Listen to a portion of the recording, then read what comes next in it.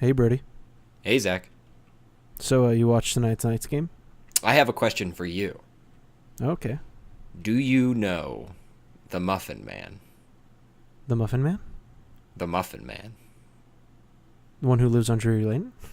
That's the one. I really wanted him to score. That's Reeves' new nickname, by the way. Well, I guess if you want to have Kane give him a nickname. So they had a fight last game, and they were chirping back and forth on the old Twitters. And one of the chirps was, Kane said fighting Reeves was like fighting the Muffin Man. Well, that sounds about right because he got stuffed.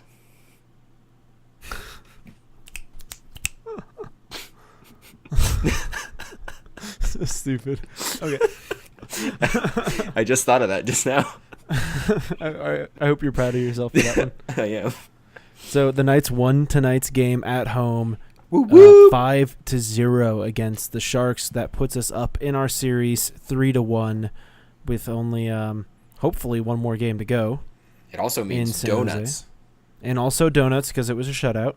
Yes. Exciting day for our boys. Yep. Let's jump into this. Let's talk about some of our stats here. Shots on goal, 27-28. Now, an important thing to talk about is in that first period alone, the Sharks had 3 power plays, and 10 of their shots were in that power play.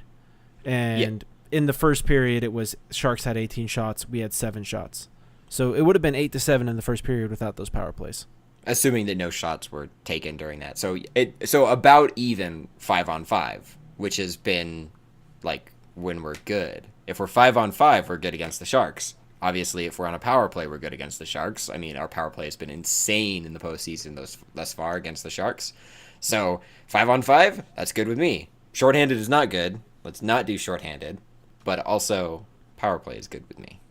The Knights are continuing to not disappoint with this whole penalty thing. Yeah, we had 3 penalties in the first, but they came back from the locker room into the second, only had 1 penalty, came back in for the third and had no penalties. And then there's the power plays to talk about. Before we talk about our penalty kill, let's talk about our power plays. There were 9 power plays we had, and we scored on 2 of them. Yeah. So one of the power play goals, that would be from Marchessault. Later, it was in the third period, last goal that was scored. Great little tip in front. The other power play goal, that one was Pacioretty, right? So, Yep. But before In the second those, period. yeah, in the second period. But before Pacioretty scores in the power play, we were having a hard time getting set up in their zone. So we were getting a little bit stymied in the neutral zone, which is all right because we ended up scoring on some of them anyway. And when you have 9 power plays, something good's usually gonna happen. So hey, I'll take it. Having a little bit of trouble in the neutral zone, that's the same kind of trouble we were having during the regular season. So I'm shrugging. You can't see me, but I'm shrugging. Whatever. We won. I don't give a shit. Our penalty kill wasn't that bad. No. I think there were a few moments that were a little worrisome, but we never let one through. Yeah, no. Obviously, in the first period, like 10 shots on 3 penalties. I was clutching my pearls. I was honestly like. There were some pretty scary chances in there, but they weren't nearly as scary as the one that rang off the pipe in like the last couple minutes. Like, I felt scared for all those donuts. Well, to talk about that shot on goal they had in the third, that was one of 2 that they had. In the third, they had 2 shots on goal, and we had 13. Yes, go team. Yeah, so as we went on, we got better. We scored 2 goals in the first period, and that was our worst period. Just to I'm not concerned about heading over to San Jose and stuffing the Sharks in front of their home crowd. Yeah, we've already slightly. put them down. Like their goalies, both of them are just off. What I say, even before, I'm not afraid of San Jose because they don't have the goaltending to win. Even if they did somehow manage to get by us, they're too injured to do anything in the postseason, and they don't have the goaltending. So, honestly, they should just let the better team by. Just let them go. Yeah, just let us go. Let us take our horse to the Old Town Road and ride till we can't no more. So let's blow through some of these goals real quick. Yes. So first goal of the game, 1 minute in. Of course, Knights got to keep up that reputation of scoring in the first 2 minutes. Pacioretty's first goal of the game, with Stone assisting, of course. We score in the first 2 minutes of games against the Sharks specifically. Well, I mean, in this very specific circumstance. honestly, we score in the first 2 minutes of periods, except for the later 2 periods of this exact game. Is a good goal. Patch getting a little sniping. Okay, so actually, this is actually sort of an interesting little stat. So last game we scored 3 goals. The first 3 goals that we scored, Pacioretty, Stone, and Stastny, were all scored high glove side on Jones. He's got a weakness there, and guess exactly where this goal was scored. High glove side. So the only goal that was scored not on a breakaway was scored a high glove side on Jones. So if Jones starts next time, you can be damn sure somebody's going to shoot high glove side, and they're going to get a pretty good chance to score. Shea Theodore, 1913, 1 minute left in the first period. Shea Theodore, Smith assisting, pass God, Smith, and Pacioretty. Yeah, Theodore knifing through the defense, walks around Erik Karlsson. He has literally no chance to stop him. Theodore looks like a god, and the fact that he's a defenseman, we've got this guy locked up for a few years. This man is the future. This man's is the future, and I believe in him. He's my dude. This one was really beautiful to watch, the way he was snaking in between all the players, and the way he did it was so good. Yeah, like I said, he just fucking walks Karlsson. Karlsson, who is this? This was the Sharks' secret weapon. Erik Karlsson, he's healthy. No, he's not. He's definitely not healthy. Erik Karlsson is this, Norris caliber defenseman. Got fucking walked. Not even a question. Theodore just, if you're a Norris caliber defenseman, you got to know right now, I got to take a penalty to stop this shot because he's got a good chance. And so Karlsson just doesn't have the speed, and Theodore did. He got the feet moving right around, tucks it around the pad on Jones. Boom. 2-0. First period. Worst period of the game for us. It was the worst for us. It was the worst we did, but it only got better from there. Diving straight into the second, we had Pacioretty scoring his second goal of the game. We got Stone assisting again, and we got Theodore assisting as well. Yep. Pacioretty picks up his own rebound. Basically, you pass it up to Pacioretty. He shoots in on Dell. We didn't mention, Jones got chased from this game after the first period. They put Dell in. Pacioretty shoots in on Dell. Big, juicy rebound. Way out there into the slot. Pacioretty picks it up again. Actually, it wasn't into the slot. It was towards the circle. And Dell is down and out. Doesn't even have a chance. Pacioretty snipes the corner and wins. Just continued goals. And it just feels so good to be up. And I'm sure the arena was just losing its mind in there. Dude, it was losing its mind in the first 2 minutes. Guaranteed. Everybody was in. After the first period, it never felt like the Sharks had anything. It never felt like it. And if the second period was good, boy oh boy, was the third period great. We had dominating control of the puck the entire time. It was just so good. Yeah, in the same way that this game is the dagger to the Sharks, the Sharks are not going to win the next 3 games. If they win the next one, who gives a shit? We get to win on home ice. They're not going to win 3 in a row against us. They don't have the players. They don't have the goaltending. They don't have anything to do it. This period was a dagger just to show you, the Knights are dominant, and they do not give a shit. Well, let's talk about Tuck's first goal of the postseason. Taco. Pacioretty assisting on this again. Pacioretty's points in this game going wild. Yep, he's trying to close in on Stone. Stone still leading in all points in the postseason, so he's trying to close in. But so Patch has now 6 assists. He had 2 goals, and he might actually 4 points for goals. He might actually have the lead now. I just doing some quick maths because he definitely scored a goal last game. I guess. Stone also got points this game. Whatever. I don't have the math to do it. But basically, Pacioretty might have the lead for points now. I don't know, man. All I know is before yesterday, right after our last game, Stone had more points scored than half of the teams in the postseason. At the end of last game, Mark Stone had more goals than the Tampa Bay Lightning, the Pittsburgh Penguins, the Carolina Hurricanes, the Boston Bruins, the Toronto Maple Leafs, the Nashville Predators, the Dallas Stars, and the Colorado Avalanche. Most of those are not true anymore.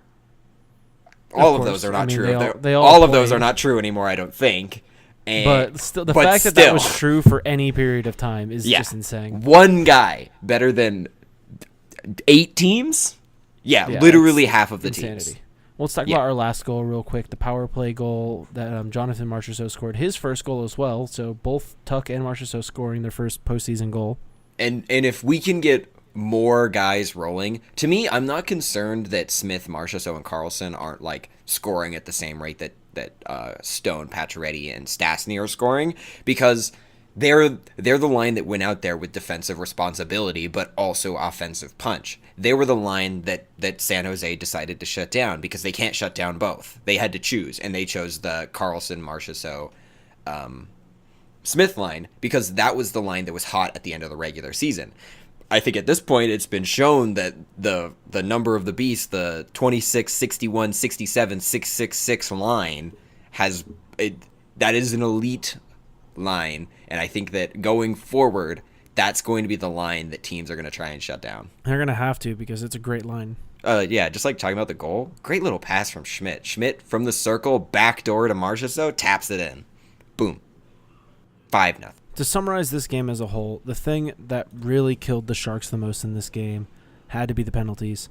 And I don't think we mentioned it earlier. The penalties in minutes for this game, the Knights had 8 minutes of penalty.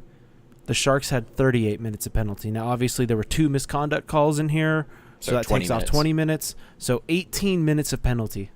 Yeah. So, Insanity. Unfortunately, Kane goes off early before the Muffin Man can stuff him again. Then very late in the game, battle on the boards. Who went? Was it Donskoy? Whoever went for a elbow to the head.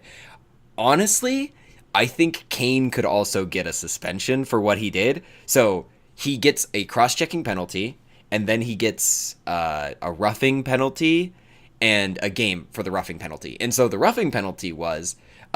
there's a little, so Kane gets the cross-checking penalty. The refs blow the play dead.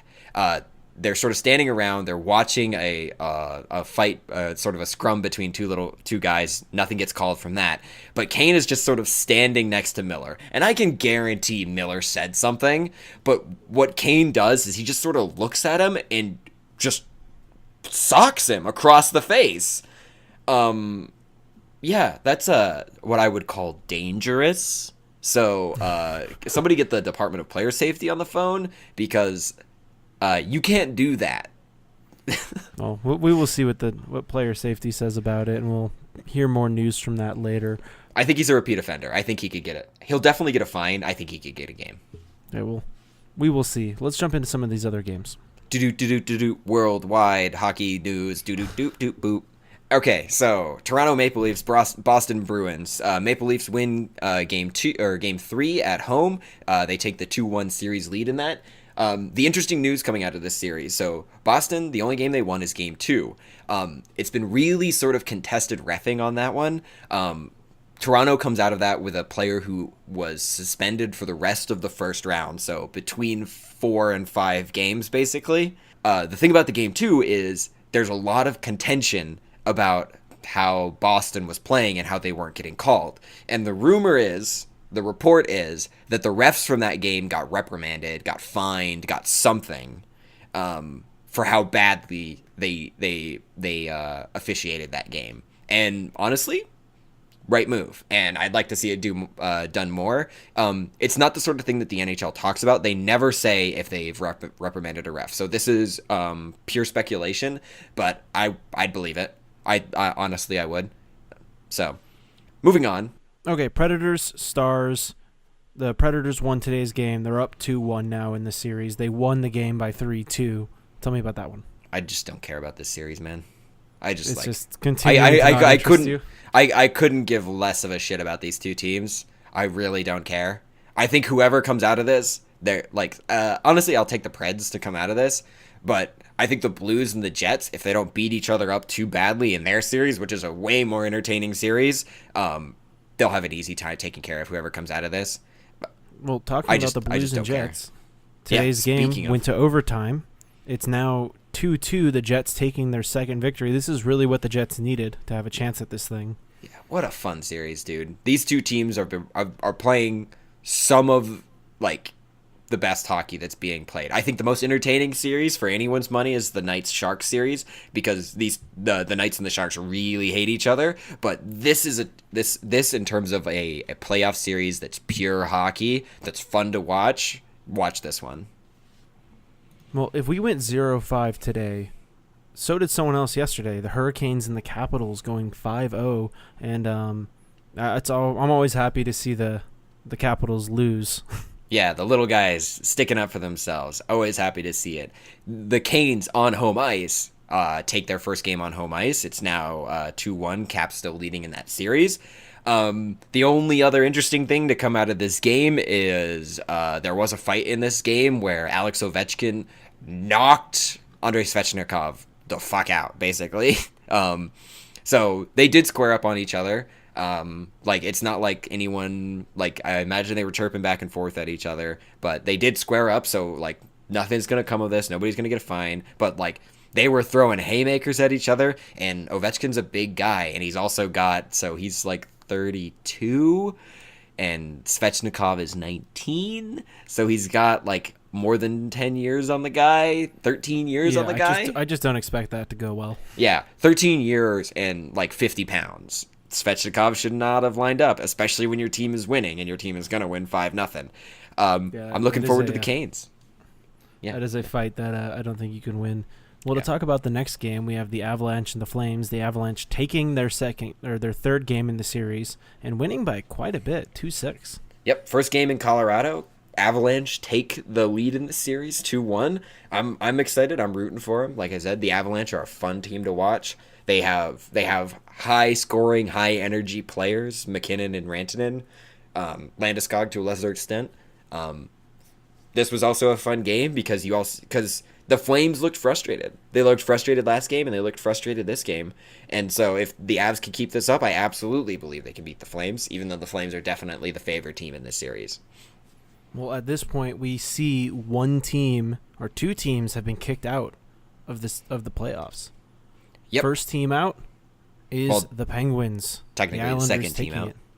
Oh, Technically, the Lightning first lost on the list of order in which we are talking about them. Yeah, because one of them is more of an upset than the other. So, yes, the Penguins swept in the first round by the New York Islanders. The Islanders, who, like I've said many times before, worst goals against in the league last year. This year, best goals against in the league. The Islanders have been a real turnaround story, especially Robin Lehner. Robin Lehner, their goaltender, who was battling with addiction last year when he was playing for the Sabres. He wasn't getting the help that he wanted from the team, and so he found himself a new team, and they're everything that he wanted, and he has been rewarding them with some of the best goaltending, not only in the postseason, but in the regular season as well. He's been a wall back there. And then it is time to discuss the upset. We called it. We called it. We predicted it. We called it. It's still never. It's historic. The President's Trophy has the Blue Jackets. The Lightning and the Blue Jackets. The President's Trophy winner has never been swept in the first round until this year. The Blue Jackets showing that they will not go quietly into that good night. They've also, President's Trophy winners also never won before. Correct. So this game was actually 4-3. There were 3 empty net goals at the end of it. So, it was actually, the Lightning had it tied at one point at the end of the second period, and then 45 seconds later, the Blue Jackets come down the ice and score. And then they pulled their goalie for 3 goals? Yeah. And that seems like a bad idea. Honestly, I don't know what it is about the Lightning that some switch didn't click, something wasn't there, and they just didn't have it. And so this team that tied the record for number of wins in the regular season wins 0 in the playoffs. That's hockey. That's hockey. I'm excited to watch the Knights game on Thursday. I'm really looking forward to it. We're back in San Jose, and the Sharks have just completely lost their momentum. They've lost their mojo. They are so out of it right now that I don't think they have much of a hope to at all in this series anymore. Yeah, and we'll see what comes of Kane and whoever got that elbowing penalty at the end of the game. I don't think the elbowing penalty will come to anything, maybe a fine. Yeah. But certainly, I think Kane might get a hearing. Like I've said before, I'm not afraid of these guys. Fun fact: Knights have never won a series on home ice. They've won every series that they've won has been on the opposing team's ice. So we're going to San Jose. We're going to San Jose. It's on the opposing team's ice. Let's get this thing over with. Yep. Wrap it up, put it in a bag, get ready for Calgary or Colorado. We will see you guys on Thursday in another VGK recap. Donuts. Donuts. Donuts.